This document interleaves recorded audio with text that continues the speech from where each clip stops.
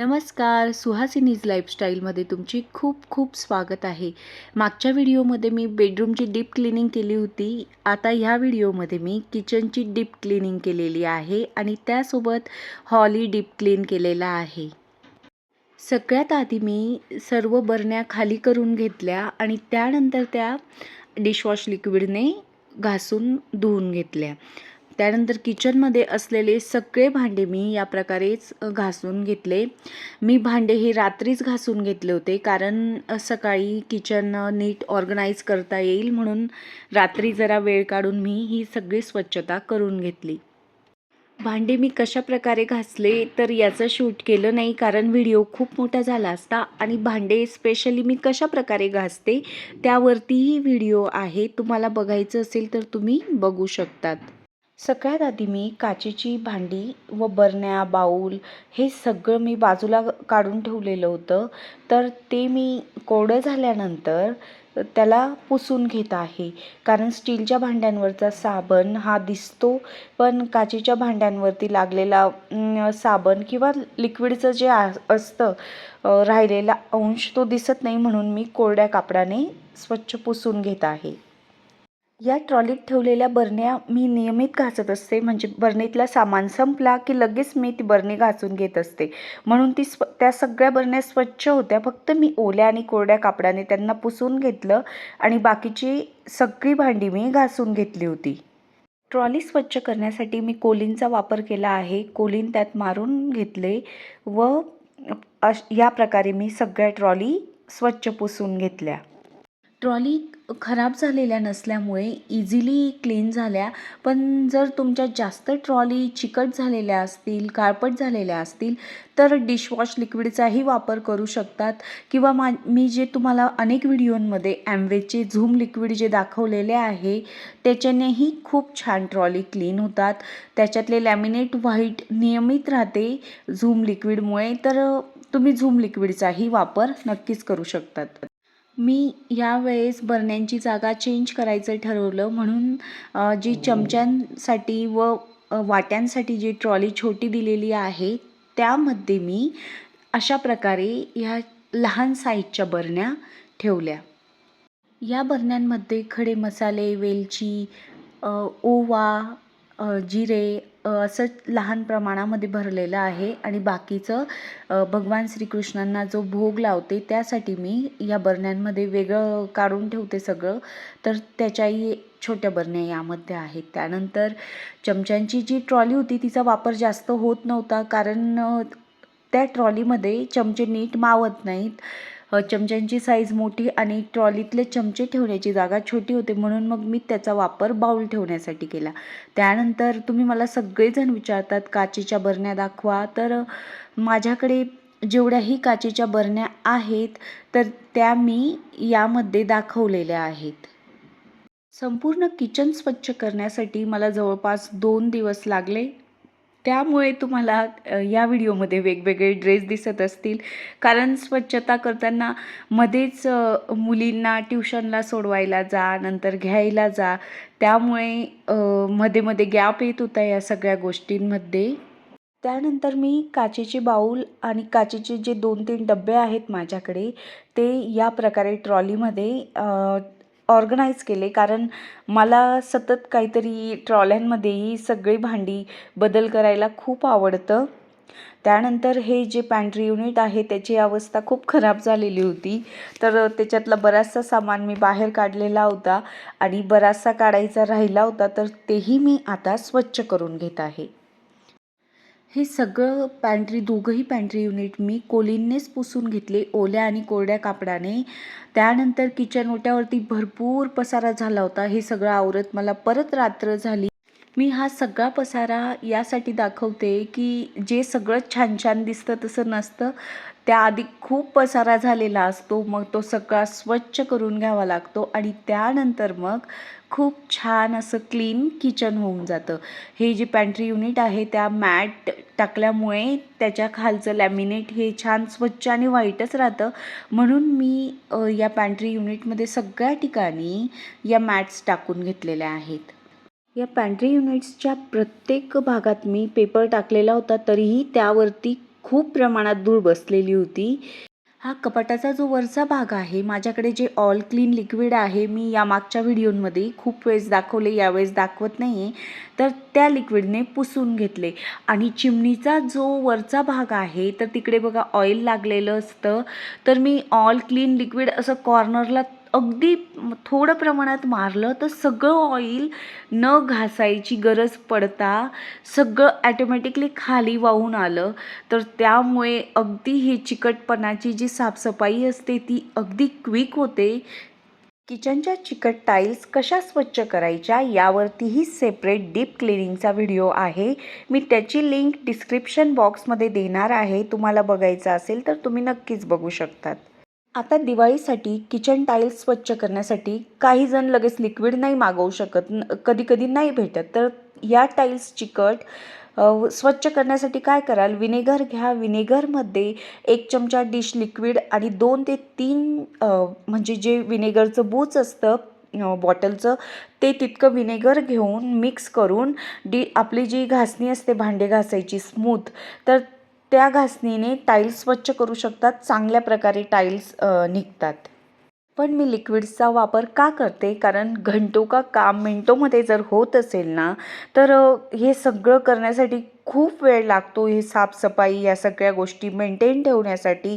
तर त्यामुळे जर अशा प्रकारचे बाजारामध्ये लिक्विड मिळत असतील तर आपण त्याचा उपयोग करून आपला वेळ खरंच वाचवू शकतो आणि खूप म्हणजे खूप हार्डवर्क पण नाही करावं लागत. स्मार्ट वर्क करून आपण ह्या सगळ्या स्वच्छता नक्कीच करू शकतो. आणि आपल्याला जर काही घरगुती गोष्टींचा वापर करून स्वच्छता करायची म्हटली ना, तर नको वाटतं. पण लिक्विड्स असतात ना, तर आपण इझिली या सगळ्या गोष्टींची स्वच्छता लवकर होते. म्हणून अगदी लगेच दिसलं की जिथे चिकट वाटलं की आपण स्प्रे करतो आणि ते लगेच क्लीन करतो. हा एक फायदा होतो. नाशिककरांना हे लिक्विड लगेच हवं असेल तर निलेश सुपर मार्केटमध्ये ऑल क्लीन लिक्विड मिळतं. फ्रीजवरतीही खूप धूळ जमा झालेली होती. ॲक्च्युली मी त्यावरती ऑलरेडी पेपर टाकलेला होता आणि अँटी स्लिप मॅटही टाकलेली होती. पण धूळ खूप येते म्हणून मग बऱ्यापैकी धूळ तिथे जमा झालेली होती. तर मी ओल्या कापडाने फ्रीज या प्रकारे स्वच्छ पुसून घेतल्या व फ्रीजची फ्रंट साईड जी आहे ती कोलिनच्या मदतीने मी पुसून घेतली. त्यानंतर मी ट्रॉली कशा ऑर्गनाईज केलेल्या आहेत ते दाखवत आहे. दिवाळीमध्ये आपल्या आता प्रत्येकाकडे पाहुणे येतील, मग मी ऑलरेडी ज्या ठेवलेल्या प्लेट होत्या, नंतर सिरॅमिक प्लेट्स होत्या, त्या वरतीच काढून ठेवल्या, स्वच्छ करून या प्रकारे ऑर्गनाईज केल्या. या ट्रॉलीमध्ये तिखट, हळद, मसाले व काही डाळी भरलेल्या आहेत बरण्यांमध्ये. तर ह्या सगळ्या काचेच्या बरण्या आहेत, काही वेगळ्या आहेत. या स्मॉल साईजच्या बरण्या आहेत, त्यामध्ये कडधान्य आणि शेंगदाणे भरलेले आहेत. याच्यातल्या काही बरण्या मी डीमार्टमधून घेतलेल्या आहेत व काही लोकल शॉपमधून घेतलेल्या आहेत. या ट्रॉलीमध्ये मी काचेची बाऊल आणि काचेचे डबे ठेवले आहेत. या ट्रॉलीमध्ये छोट्या साईजच्या बरण्या आणि त्याच्यावरच्या ट्रॉलीमध्ये बाऊल ठेवलेले आहेत. सगळ्या ट्रॉली स्वच्छ करताना मी यासाठी नाही दाखवल्या, कारण मी अनेकदा दाखवलेलं आहे मी कशा प्रकारे स्वच्छ करते. तर तुम्हालाही कंटाळा येऊ नये म्हणून मी अगदी 1 ते 2च ट्रॉली दाखवल्या की मी कोलिनने त्या पुसून घेतलेल्या आहेत. या ट्रॉलीमध्येही मी काचेच्याच बरण्या ठेवलेल्या आहेत. या बरण्याही मी लोकल शॉपमधून घेतलेल्या आहेत. या ट्रॉलीमध्ये मी रोज लागणाऱ्या कढया, बाऊल, नंतर छोट्या स्टीलच्या टोपल्या, पातेल्या हे सगळं ठेवलेलं आहे. या ट्रॉलीमध्ये रोज लागणारे जेवण काढण्यासाठी जे बाऊल लागतात ते ठेवलेले आहेत स्टीलचे. नंतर चहाच्या चाळण्या, चाकू, रोज लागणारे चमचे आणि भाजी किंवा जेवण बनवताना जे चमचे लागतात ते ठेवले आहेत. व हे वरचे जे काचेचे कॅबिनेट्स आहेत तर तेही मी या प्रकारे ऑर्गनाईज केले आहेत. वरच्या टाईल्सही मी ऑल क्लीन ह्या लिक्विडने स्वच्छ केलेल्या आहेत. टाईल्स खूप छान स्वच्छ आणि चकाचक झालेले आहे. चिमणीचा वरचा टॉपचा भागही मी ऑल क्लीन लिक्विडने स्वच्छ केलेला आहे. याआधी मी बऱ्याच वेळेस दाखवलं म्हणून दाखवलं नाही. नंतर एक्झॉस्ट फॅनही मी ऑल क्लीन ह्या लिक्विडने स्वच्छ केलेला आहे. ॲक्च्युली एक्झॉस्ट फॅनची फिटिंग ही पॅक आहे, तर त्यामुळे तो खाली काढू शकत नाही. नाहीतर मी खाली निघाला असता तर तो कशाप्रकारे स्वच्छ केला ते दाखवलं असतं. आपला जो किचन टाईल्स क्लिनिंगचा व्हिडिओ आहे त्यामध्ये एक्झॉस्ट फॅन मी कशाप्रकारे स्वच्छ केला ते दाखवलेलं आहे. अशा प्रकारे मी संपूर्ण ट्रॉलीज व कॅबिनेट स्वच्छ करून घेतले व त्यामध्ये सगळ्या वस्तू या प्रकारे मी ऑर्गनाईज करून ठेवलेल्या आहेत व त्यानंतर किचन ओटा किती छान दिसत होता तेही मी दाखवण्याचा प्रयत्न केलेला आहे. जी आपण स्वच्छता करतो त्यानंतर जी चकाचक होतं सगळं घर, आपण जी कामं केलेली असतात त्याचं महत्त्वाचं म्हणजे समाधान मिळतं आपल्याला. काठाच्या बाजूची टाईल्सही मी याच प्रकारे स्वच्छ करून घेतली होती व देवारा आणि फ्रीज बाजूला करूनही कशा प्रकारे स्वच्छ केला तेही तुम्ही बघितलं. त्याच प्रकारे मी क्रॉकरी युनिटही स्वच्छ करून घेतलं. त्यानंतर हे मी तिसऱ्या दिवशी केलं क्रॉकरी युनिट स्वच्छ, तर याच व्हिडिओमध्ये मी तेही दाखवत आहे. डायनिंग एरिया आहे त्या भिंतीला वॉलपेपर न लावता आम्ही डिझायनर टाईल्स लावलेली आहे. तर ती टाईल्स इझिली क्लीन करता येते. तर तिलाही मी ऑल क्लीन या लिक्विडने स्वच्छ करून घेतलं. क्रॉकरी युनिट क्लीन केल्यानंतर मी त्याचा ओलावा जाण्यासाठी त्याला असंच 1-1.5 तास राहू दिलं ओपन आणि त्यानंतर मी टाईल्स पुसून घेतल्या. तर तेवढ्या वेळात क्रॉकरी युनिट कोरडं झालं होतं. तर मी या प्रकारे क्रॉकरी युनिट ऑर्गनाईज करून घेत आहे. ह्या आठवड्यात मी आपला व्हिडिओ नाही टाकला कारण मुलींची परीक्षाही सुरू होती आणि ही स्वच्छताही सुरू होती. तर अभ्यासाकडे लक्ष देणंही खूप गरजेचं होतं, म्हणून मग मी व्हिडिओ अपलोड नाही करू शकली. आता राहिला डायनिंग टेबल, तर डायनिंग टेबलचीही मी कोलिनने या प्रकारे स्वच्छता करून घेत आहे. आधी ओल्या कापडाने मी सगळी धूळ डायनिंग टेबलची काचेची पुसून घेतली व त्यानंतर टिश्यू पेपर व आपला साधा न्यूजपेपर असतो त्यावरतीही कोलिन मारलं, तर काच खूप छान स्वच्छ होतो. डायनिंगच्या चेअरचं जे फोम आहे ते व्हाईट कलरचं असल्यामुळे बऱ्यापैकी काळपट झालेलं होतं. तर त्यावरतीही मी ऑल क्लीन हे लिक्विड मारून बघितलं की निघतं का, तर खूप छान हे सगळं फोम स्वच्छ झालं व जो काळपटपणा होता पूर्णपणे म्हणजे चालला गेला व परत अगदी न्यू चेअर जशी दिसते त्या प्रकारे ही चेअर दिसत होती. त्यानंतर मी ओला कापडाने चेअर पुसून घेतल्या. अशा प्रकारे डायनिंग टेबलही खूप छान चकाचक झालेला आहे. आता आपण सोफा कशा प्रकारे झटपट क्लीन करायचा ते बघूया. सोफा स्वच्छ करण्यासाठी मी बेबी वाईप्सचा वापर करते. बेबी वाईप्सच्या वापरामुळे सोफा अगदी इझिली क्लीन होतो व त्याचे जे वरचे मटेरियल आहे ते अजिबात खराब होत नाही. सोफा स्वच्छ करण्यासाठी ते वाईप्स घेतले व वाईप्सचा वापर एकाच दिशेने करायचा असतो. म्हणजे जी सोफ्याच्या मटेरियलची ठेवण असते तर ती बिघडत नाही. यासाठी तुम्ही बघत असाल मी वरून खाली आणत आहे. तर सोफ्याला जी धूळ लागलेली असते ती संपूर्ण वाईप्सने निघून जाते व कानाकोपऱ्यातलीही धूळ निघून जाते. जर आपल्याकडे व्हॅक्यूम क्लीनर नसेल तर त्याचीही आपल्याला सोफा स्वच्छ करण्यासाठी गरज भासत नाही.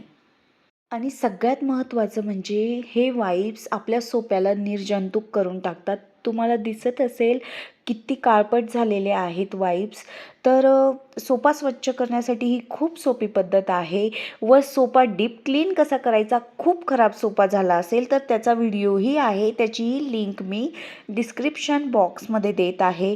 व सगळ्यात शेवटी मी हे तुम्हाला क्रॉकरी युनिट दाखवत आहे. क्रॉकरी युनिट ऑर्गनाईज केल्यानंतर कशा प्रकारे दिसत होतं, तर या प्रकारे मी हे क्रॉकरी युनिट ऑर्गनाईज केलेलं आहे. तुम्हाला व्हिडिओ आवडला असेल तर व्हिडिओला लाईक करा, शेअर करा आणि आपल्या चॅनलला सबस्क्राईब करा.